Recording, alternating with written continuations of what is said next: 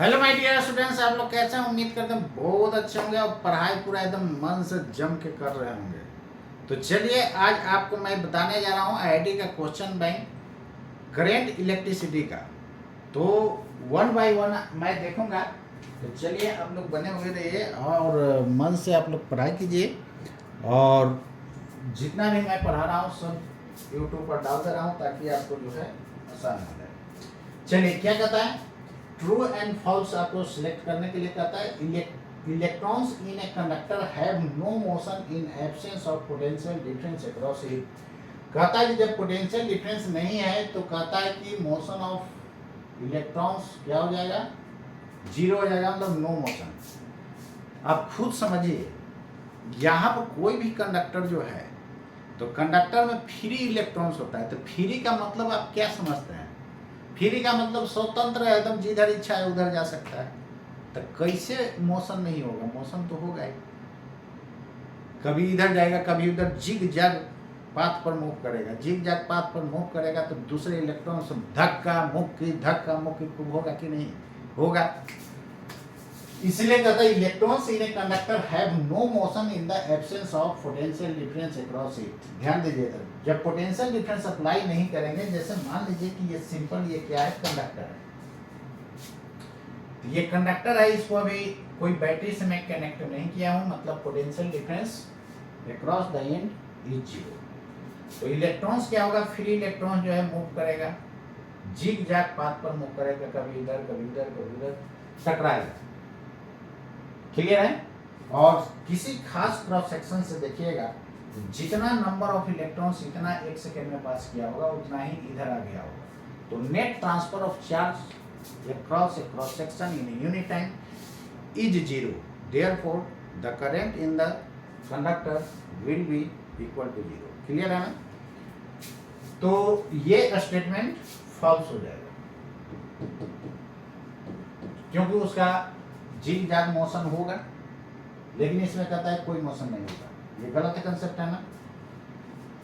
तो यदि potential difference इससे कनेक्ट नहीं कर रहे हैं तो इलेक्ट्रॉन जिग जैग पाथ पर मूव करेगा और किसी खास क्रॉस सेक्शन से नेट चार्ज का ट्रांसफर जीरो होगा। इसलिए इसमें कहा जाता है नेट करंट कितना है, जीरो, मतलब इसमें करंट फ्लो नहीं करता, इसलिए इसको टच करते हैं तो करंट नहीं मारता। अब नेक्स्ट देखिए,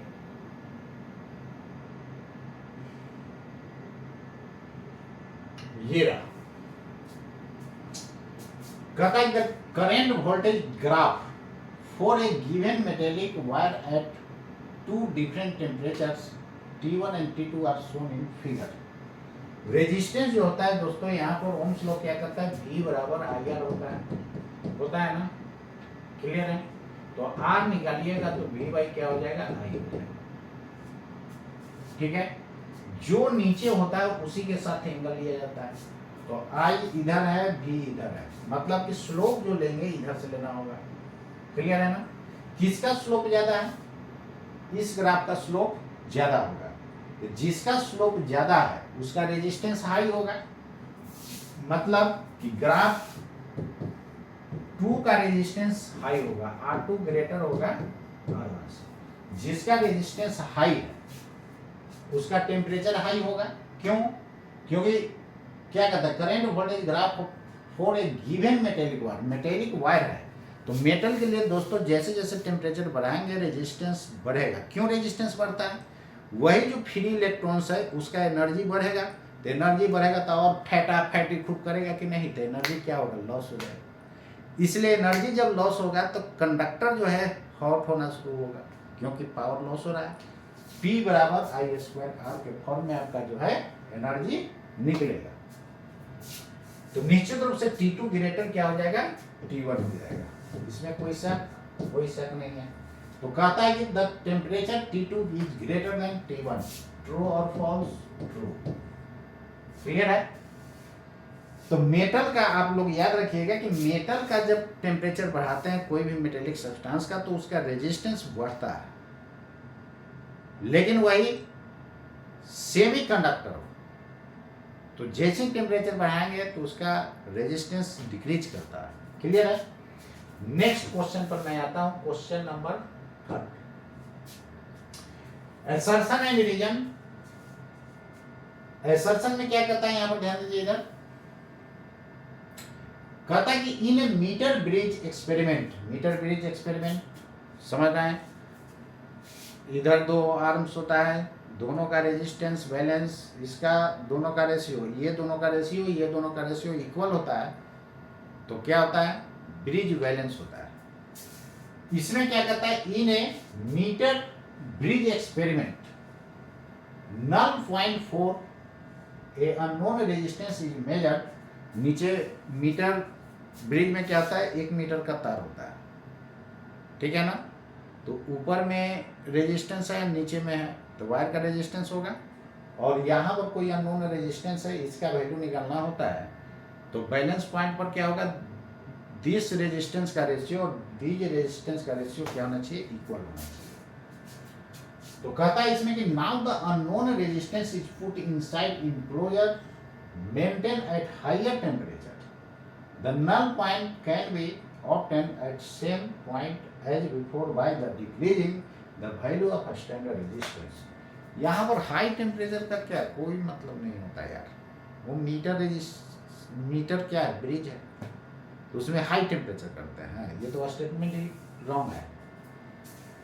कहता है कि resistance of a metal increases with increase in temperature, सही बात है भाई, मेटल का रेजिस्टेंस इंक्रीज करता है टेम्परेचर बढ़ने पर, कौन सा ऑप्शन होगा, कहता है कि assertion is false, reason is true, D is the correct option. Clear है ना, ये IIT 2008 में पूछा गया था। चलिए नेक्स्ट क्वेश्चन पर मैं आता हूं, क्वेश्चन नंबर 4। क्या कहता है इसमें, कहता है कि this question has statement 1 and statement 2। ध्यान दीजिए इधर, जब भी स्टेटमेंट 1, 2 का या assertion रीजन का जो भी क्वेश्चन बना रहे हैं, उसमें हम लोग रियल फैक्ट्स को लेकर के चलते हैं दोस्तों। क्या लेकर के चलते हैं, रियल फैक्ट्स, उसमें कोई अप्रोक्सीमेशन हम लोग लेकर के नहीं चलते हैं। यहाँ पर ध्यान दीजिएगा, कहता है कि higher the range greater is the resistance of ammeter, कहता है higher the range greater is the resistance of ammeter. Ammeter में तो यार संट यूज होता है, संट कहने का मतलब जिसका रेजिस्टेंस काफी लो होता है। हाई रेजिस्टेंस किस में जोड़ते हैं, वोल्ट मीटर में जोड़ते हैं। घर में आपका वोल्ट मीटर लगा हुआ होगा, उसमें सीरीज में हाई रेजिस्टेंस ऐड किया जाता है, किसका, गैल्वेनोमीटर का। लेकिन अमीटर में क्या होता है, शंट लगाया जाता है लो रेजिस्टेंस का, ताकि मैक्सिमम करंट इससे पास कर जाए। पहले जो गैल्वेनोमीटर जो हम लोग करंट का जो रीडिंग लेते थे, वो गैल्वेनोमीटर में क्या होता था कि जब हाई करंट आता था तो पॉइंटर टूटने का डर रहता था, इसलिए पैरेलल में एक शंट जोड़ दिया गया ताकि मैक्सिमम करंट इससे चल जाए तो गैल्वेनोमीटर से कम जाता था। ठीक है, तो to increase the range of ammeter additional shunt needs to be used across it. सही बात है, ये मीटर में एडिशनल हम लोग क्या कर देंगे, शंट यूज कर देंगे। शंट बोला जाए मतलब वेरी लो रेजिस्टेंस। तो ये असर्शन इनकरेक्ट और रीजन करेक्ट है। which option is the correct option, D is the correct option. यही था ना, डी हम लोग का करेक्ट हुआ था। उसी तरह इसमें भी हम लोग का कौन सा ऑप्शन ठीक होगा, डी करेक्ट होगा। क्लियर है। अब चलिए हम लोग नेक्स्ट क्वेश्चन पर आता हूं दोस्तों। ये रहा आपका फिल इन द ब्लैंक्स।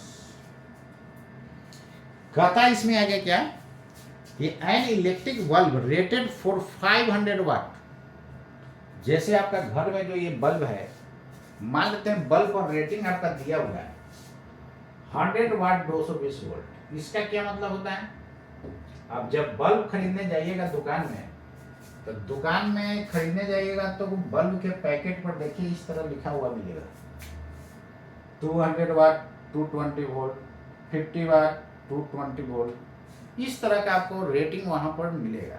इसका क्या मतलब होता है, इसका मतलब ये होता है कि यदि आप 220 वोल्ट के सोर्स से यदि आप कनेक्ट करते हैं बल्ब को, यानी वोल्टेज आपका घर में जो वोल्ट मीटर है उसको आप स्विच को दबाइए, यदि 220 वोल्ट है वोल्टेज, तो 100 वाट का बल्ब जो है 1 सेकेंड में 100 जूल एनर्जी देगा। कितना जूल देगा? 100 जूल एनर्जी देगा। लेकिन आपका घर में जो है CFL है या छोटा छोटा जो बल्ब जो अब आया है कम वाट का, 9 वाट का, 5 वाट का, आपको दुकानदार बेवकूफ़ बना करके भगा देता है।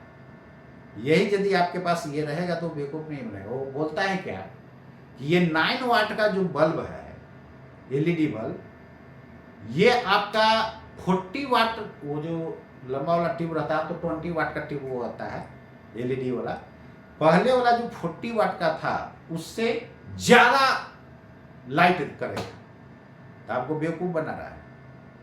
40 वाट कहने का मतलब क्या हुआ कि 1 सेकेंड में 40 जूल एनर्जी देगा। कब? जब 220 वोल्ट से जोड़ेंगे तब, यानी वोल्टेज उतना रहेगा तब। लेकिन वो 9 वाट का 1 सेकेंड में 9 जूल एनर्जी देगा, तो ब्राइटनेस किसका होगा? 40 वाट का होगा कि नहीं? तो आपको बेवकूफ़ बनाता है। तो जब भी आप स्टडी रूम में लगाइए तो वही लंबा वाला ट्यूबलाइट लगाइए। अब तो 20 वाट का LED आता है तो 2-3 लगा दीजिए स्टडी रूम में, लेकिन वो बल्ब लगाने से आपको रोशनी नहीं आ पाएगा। 9 वाट क्यों लगाइएगा यार? तो इसलिए ट्यूबलाइट अपने स्टडी रूम में जरूर लगाएं, नहीं तो आंख चला जाएगा आसमान में, मालूम है ना? आज देखते हैं बच्चे से चश्मा चल जाता है, इस तरह से लगा लेते हैं। तो यही सब रीजन है। या सो करके पढ़ेगा, तो जैसे सो करके पढ़ेगा तो क्या होगा? LDDB डिस्टेंस ये 25 सेंटीमीटर से कम हो जाता है, जिसके कारण आंख पर लोड पड़ेगा और आपका आंख खराब होगा। इसलिए उससे बचिए। इसीलिए तो बोलते हैं फिजिक्स पढ़िए, ये सब सुरक्षा करेगा तो आंख आपका सही रहेगा। नहीं देखिए, तो मेरा फिजिक्स ही समझिए तो पूरा लाइफ को सही रखा हुआ है। बाल देखिए मेरा पूरा का पूरा है, आंख देखिए तगड़ा है। तो सब चीज अच्छा होने के लिए आप फिजिक्स को स्टडी अच्छा से कीजिए। चलिए देखिए, बायोलॉजी तो है ही। कहता है कि an electric bulb rated for 500 watt at 100 volt, मतलब कि 100 वोल्ट यदि उसको वोल्टेज दीजिएगा तो कहता है 1 सेकेंड में 500 जूल एनर्जी देगा। कितना जूल देगा? 500 joule. Is in A circuit having 220 volt supply. 100 वाट उस पर लिखा हुआ है, लेकिन जोड़ रहे हैं कितना से? 200 वोल्ट से जोड़ रहे हैं। The resistance R that must be put in series with the bulb so that bulb delivers 500 watt each। तो कितना इसको सीरीज में कनेक्ट कीजिएगा ताकि 500 वाट वो दे। यही देखिए दोस्तों, ये बल्ब है, चाइनीज बल्ब है। कितना रेजिस्टेंस ऐड कीजिएगा सीरीज में, और इसका सप्लाई कितना दिया जा रहा है? 200 वोल्ट दिया जा रहा है सप्लाई। ये पॉजिटिव टर्मिनल है, ये नेगेटिव टर्मिनल है। इतना वोल्टेज दिया जा रहा है सप्लाई। निश्चित रूप से करंट का डायरेक्शन पॉजिटिव टू नेगेटिव होगा, लेकिन inside the battery the direction of current will be from negative terminal to positive terminal. Clear है? चलिए अब इसको ध्यान दीजिएगा। ये 500 वाटेज है। कितना वाट का है? 500 वाट है। वोल्टेज कितना है? 100 वोल्ट। तो power should be equal to V square upon R। What will be the resistance of bulb? V is 100 divided by power is 500। कहने का मतलब 20 ओम, यानी इस बल्ब का रेजिस्टेंस दोस्तों कितना हो गया? 20 ओम हो गया। अब खुद समझिए, इसका रेजिस्टेंस 20 ओम है, इसके अक्रॉस वोल्टेज 100 है, तो करंट कितना ज्यादा होगा? तो total EMF by total resistance I बराबर 100 डिवाइडेड बाई 20 होगा कि नहीं? बोलिए। I बराबर V/R, जानते हैं ना? यानी 5 एम्पियर का करंट फ्लो कर रहा होगा दोस्तों। क्लियर है? जब 5 एम्पियर यहाँ है तो यहाँ भी सीरीज में सब जगह करंट क्या होता है? सेम होता है। यहाँ भी 5 एम्पियर जा रहा होगा, तो यहाँ पर 5 एम्पियर जा रहा है और इसके अक्रॉस 100 वोल्ट हो गया, तो ये 100 है, ये 100, इसके अक्रॉस भी 100 वोल्ट होना चाहिए, तब तो टोटल 200 वोल्ट होगा। तो 100 वोल्ट होने के लिए निश्चित रूप से करंट का वैल्यू यदि 5 एम्पियर है तो रेजिस्टेंस सीरीज में कितना होना चाहिए दोस्तों, 20 ओम होना चाहिए। और देख लीजिए 25/100 V बराबर IR, सेटिस्फाइड हो रहा है कि नहीं। तो यहाँ पर निश्चित रूप से रेजिस्टेंस कितना ऐड करना होगा, 20 ओम ऐड करना होगा। This is the answer. Clear. क्या क्वेश्चन देखिए, सर्किट का क्वेश्चन तो और बिल्कुल आसान होता है। करंट में जो टफ होता है मैग्नेटिक इफेक्ट ऑफ करंट होता है, और उधर कौन सा, एसी सर्किट। बाकी में जान नहीं है, और इलेक्ट्रोमैग्नेटिक इंडक्शन आपको थोड़ा प्रॉब्लम क्रिएट करेगा। Next question, 6th number question क्या कहता है, the equivalent resistance between the point A and B of the circuit given below. 1997 में IIT में पूछा हुआ है। तो कहता है कि ए और बी के क्रॉस क्या होगा, इक्विवेलेंट रेजिस्टेंस। देखिए इस टाइप का क्वेश्चन बनाने के लिए जब तक रास्ता में कुछ नहीं है दोस्तों, देखिए जब भी आपको न समझ में आए कि कौन सीरीज कौन पैरेलल, तो हम लोग पॉइंट मान करके बनाते हैं तो आसानी से बन जाता है। जैसे ये VA है तो VA, जब तक रास्ता में कुछ नहीं है तब तक पोटेंशियल सेम VA, यानी ये भी हो गया VA, इधर VB, ये हो गया VB, क्लियर। ये हो गया VA, ये भी VA, और ये हो गया VB। इसके क्रॉस VA माइनस VB, इसके क्रॉस VA माइनस VB, इसके cross VA minus VB। If potential difference across each resistor is same, then all resistors are said to be connected in parallel. तो ये all का all क्या होगा, parallel में होगा। जब पैरेलल में होगा तो 2R हो जाएगा R, और फिर R/2। This is the answer. ऐसा सॉल्यूशन कहीं नहीं मिलेगा जितना शॉर्ट में मैं कर दिया। कोई भी बुक में देखिए, मेरा सॉल्यूशन दोस्तों यूनिक रहेगा। आप कहीं भी क्वेश्चन बैंक में देखिए, काफ़ी लॉन्ग करके इसको बनाएगा। इसका सॉल्यूशन कहीं भी देखिए, काफ़ी लॉन्ग करके ही बनाएगा। मेरा देखिए तो डायरेक्ट बन गया। कौन सा आंसर, अरे पैरेलल में रहता है तो सेम रहता है, तो 2 से भाग होता है कि नहीं। 2 आइडेंटिकल तो 2 से भाग, 3 आइडेंटिकल 3 से भाग, तो 2R का कितना, 2R/2 R हो गया। वही तो हम किए, 2R और फिर R/2। This is answer. Clear. Next question पर मैं आता हूं दोस्तों। ये रहा आपके सामने, जाओ भाई जाओ। ये क्वेश्चन देखिए, कहता है कि in the circuit shown in figure the heat produced in 5 ohm resistor due to the current flowing through it is 10 calorie पर सेकेंड। मतलब 1 सेकेंड में 10 कैलोरी क्या करता है, हीट जनरेट हो रहा है। यहाँ पे the heat generated in 4 ohm resistor is, clear है ना। चलिए सबसे पहले यहाँ पर करंट यदि हम I मानते हैं तो करंट डिवीजन रूल से अब क्या, इस ब्रांच में करंट का वैल्यू I1 और इसमें I2 मानते हैं, तो I1 का वैल्यू क्या हो जाएगा, करंट डिवीजन रूल पता है ना। जिसमें लेते हैं वो न्यूमरेटर में नहीं होता है, ये न्यूमरेटर में होगा। Divided by total resistance 6 4 10 10 5 15 into main current, मतलब I/3। तो I1 का वैल्यू कितना हो जाएगा दोस्तों, I/3 हो जाएगा। सही किए क्या, किए तो 1 पर 2। क्लियर है। चलिए क्लियर। अब आगे देखिए,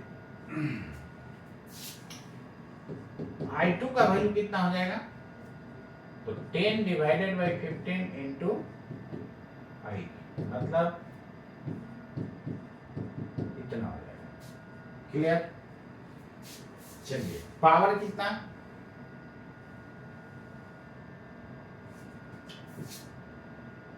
P5 पावर कितना हो जाएगा, तो I² होता है, नहीं तो I2 का स्क्वायर इंटू R। क्लियर है।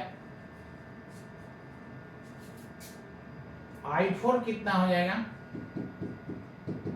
सॉरी P4 कितना हो जाएगा I1 का स्क्वायर इंटू R2, तो I2 कितना है 2/3 का whole square into I square into R 5, और ये हो जाएगा I1 I का square divided by 9 into 4। Clear? सही है ना? चलिए अब दोनों को डिवाइड कीजिए तो कितना आता है P4 divided by P5, I square 4I square by 9, और ये हो जाएगा 9 ऊपर चला जाएगा 4I स्क्वायर इंटू 5। कौन कौन कैंसिल हो रहा है? ये 9 कैंसिल हो रहा है, 4I स्क्वायर हो रहा है। क्लियर है? नहीं, तो यहां से दोस्तों हमको निकालना है P4। 4 ओम में कितना होगा पावर? तो P4 should be equal to